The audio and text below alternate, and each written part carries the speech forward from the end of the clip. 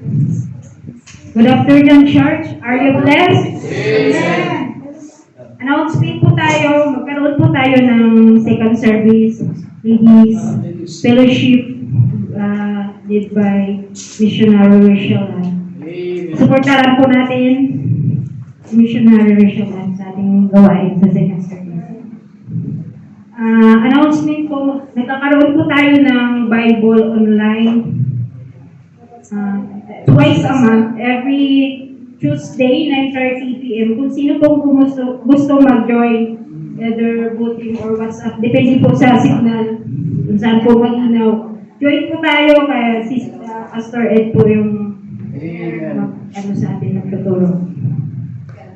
Mayroon po tayong, after ng service natin, after po ng kainan, meron po tayong quick service po, quick meeting sa mga leaders po. Tungkol po sa darating na anniversary natin, i-announce po yung venue kung saan po tayo makakita, tapos po yung price po na sa food po. At nagpapasalamat po ako sa mga kapatira na sa gaganapin po ng church anniversary, mayroon pong nag-pledge. Amen. 6 po ang nag-pledge para po makabayad tayo sa renta po. And then, announcement po, kung sino pa po gusto magpabaptize, punta lang po kay Sister Marjorie, magpapalista lang po. Pagsunod po sa water baptism, ituturo pa po ni Pastor Ed bago po kayong i-baptize.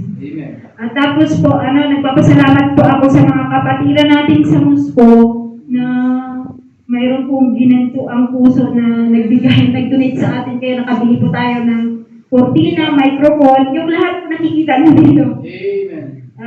May nagbigay po. Gusto po ipabili ng gagamitin natin po sa church every Sunday po. Tapos po, salamat po sa buhay ni Pastor Ed, Sister Ma'am Amor, na nakabalik na po sila, na makasama na natin sila tuwing Sunday church service natin. Salamat po sa Panginoon sa pag-provide po sa kanila ng kalakasan, tapos po financial. Mag-exit na naman po sila sa Georgia.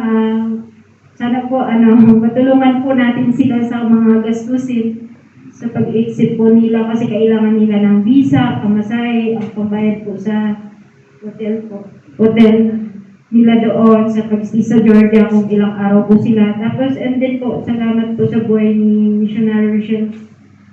Kasi po, matulungan niya po tayo sa mga gawain dito, kasi hindi pa natin alam ma-develop pa po tayo sa mga gawain ng Panginoon, lalo na po sa ministry po ng church choir po, kasi actually I'm not growing up Baptist. So, nakapagsamba lang po ako sa Pilipinas. So, I have own idea lang po, pero kaya dapat matulungan tayo kung paano pa tayo lumago dito sa gawain natin, sa church natin, sa ministry po natin. Yun lang po, maraming salamat. Ipag-pray lang po yung tithes and offering, tapos yung sa food po. Later on po sa closing prayer.